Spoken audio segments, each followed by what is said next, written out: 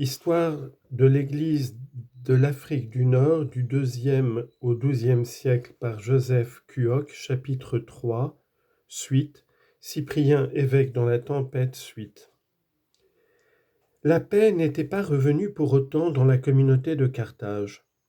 Le laïc Felicissimus, partisan de Nova, tenta de susciter un schisme. Cyprien provoqua une réunion d'évêques qui condamnèrent Felicissimus et ses amis. Nova partit alors pour Rome où il se lia d'amitié avec un intrigant, Novatian, qui fut lui aussi condamné par les évêques africains, se conformant en cela aux décisions prises contre lui à Rome. Au printemps 252, on s'attendait à un retour des persécutions. Ce fut la peste qui arriva, frappant tous indistinctement, chrétiens et païens. Cyprien se mit immédiatement à organiser des secours. Il s'appliqua aussi à démontrer que les chrétiens n'étaient pour rien dans cette calamité dont ils avaient à souffrir comme les autres. En 255, un autre laïc souleva une nouvelle tempête qui aurait pu avoir de graves conséquences pour l'Église d'Afrique. Il s'agissait de la validité du baptême. Conféré par un hérétique, se demandait-on, était-il valide ? À Rome, suivant la tradition antique, la réponse était affirmative. En Afrique, par contre, peut-être sous l'influence des positions prises jadis par Tertullien, on soutenait qu'un pécheur public ne peut transmettre la grâce baptismale. En raison de son indignité, il ne peut être le canal de l'Esprit Saint. Et Cyprien lui-même de déclarer que puisque le baptême est le sacrement de l'unité, il ne peut être administré en dehors de l'unité. Saint Cyprien fit approuver sa position par deux conciles régionaux, dont celui du printemps de 256 qui réunit 71 évêques d'Afrique et de Numidie. Il notifia au pape Étienne les décisions du concile en précisant que chaque évêque était responsable devant Dieu de son ministère pastoral. Conflit avec le pape Étienne. La réaction romaine à la pratique suivie en Afrique fut immédiate et vive. Un récrit sévère où l'impétueux pape Étienne qualifiait Cyprien de faux Christ, de faux prophète, de mauvais ouvrier, enjoignit aux Africains de se conformer, sous peine d'excommunication, à la pratique de l'Église de Rome. Aussitôt, à l'automne de la même année, Cyprien convoqua un concile.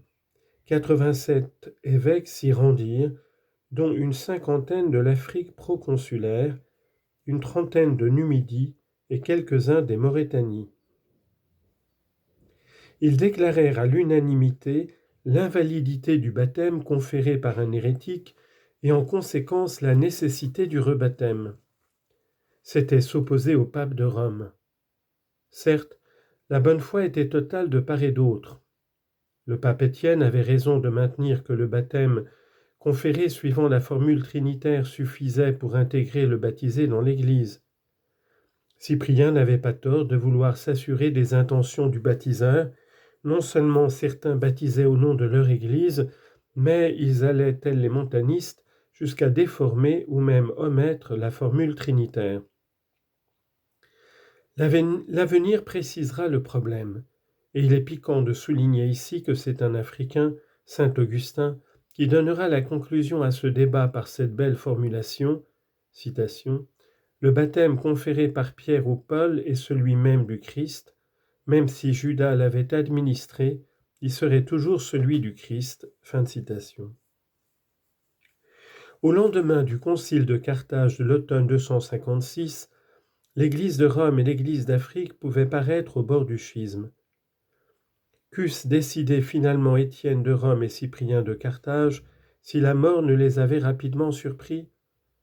Le fait est là, tous deux scellèrent de leur sang leur fidélité profonde au Christ, le pape Étienne le 2 août 257 et Cyprien, après 1 an et 14 jours de captivité, le 14 septembre 258. Comme celle de Tertullien, la personnalité de Cyprien est fort complexe. Il y a d'ailleurs une certaine parenté entre les deux hommes. Il est fort significatif que Cyprien ait appelé Tertullien son maître, une même passion dans la recherche de la vérité, un même attachement au nom chrétien, une même intransigeance les animait. Carthage est le siège de Cyprien. Cyprien nous est surtout connu par sa vie publique. Évêque, il l'est dans le sens plein du terme, avec une haute conscience de ses responsabilités. Ses lettres de captivité prouvent à quel point il se préoccupait de son troupeau. Il recourt volontiers aux consultations conciliaires qu'il provoque et dont il règle l'ordonnance. Avec lui, les conciles régionaux deviennent un organe régulier de l'épiscopat africain. Pleinement respectueux de la liberté de jugement de ses pairs, ne leur déclare-t-il pas au concile de 256 « Nul d'entre vous ne doit se poser en évêque des évêques » pour contraindre leur assentiment, vu que tout évêque est libre d'exercer son pouvoir comme il l'entend. Il a en même temps un sens aigu de la collégialité qui le porte à s'intéresser même aux églises hors d'Afrique. Il se préoccupe des problèmes de certains diocèses d'Espagne ou de Gaule, où des évêques sont contestés par leurs ouailles. Il entre en relation avec l'évêque de Césarée de Cappadoce, en Asie mineure, à propos de la question du rebaptême. Quand en 253 les diocèses de Numidie furent dévastés par des tribus berbères, il organisa en faveur des captifs une collecte qui lui permit d'envoyer un secours d'environ 100 000 sesterces. Qu'un homme aussi soucieux de l'unité autour de l'évêque ait pu entrer en conflit avec le pape Étienne au sujet du rebaptême, voilà qui peut surprendre. Mais ce heurt ne s'explique-t-il pas surtout par le sens très fort que ces deux pontifes avaient l'un et l'autre de leur autorité respective dans leur propre Église ? Plus qu'un conflit entre deux Églises, n'était-ce pas d'abord une opposition entre deux tempéraments d'évêques soucieux d'unité, mais en percevant différemment dans ce cas précis la condition concrète ?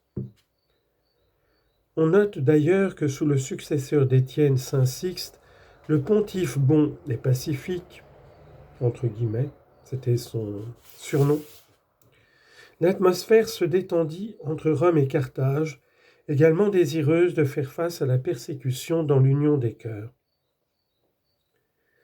Les problèmes spéculatifs ne retenaient guère Cyprien, qui était avant tout un pasteur. Il est vrai qu'en période de persécution, les questions de pastoral et de discipline étaient prioritaires. L'unité des fidèles autour de leur pasteur fut son grand souci. Il en fit le thème d'un de ses traités les plus connus, De Unitate Catholicae Ecclesiae, au sujet de l'unité de l'Église catholique. Aucun autre évêque avant saint Augustin n'a joui d'une autorité aussi étendue dans le domaine de la morale et de la discipline ecclésiastique. Saint Augustin le cite souvent, en particulier contre les montanistes qui se réclamaient de lui. S'il le réfute, c'est toujours en lui manifestant estime et respect. Si Rome, écrit-il, est le siège de Pierre, Carthage est le siège de Cyprien. Peut-on faire plus bel éloge ? Il est inutile de s'interroger sur ce que serait devenue l'Église d'Afrique si Cyprien avait survécu. On ne peut juger que sur des faits. Il est préférable de regarder Cyprien à partir de sa mort, qui a donné à sa vie son sens profond et a accru son prestige à la dimension de l'Église universelle, tant en Orient qu'en Occident.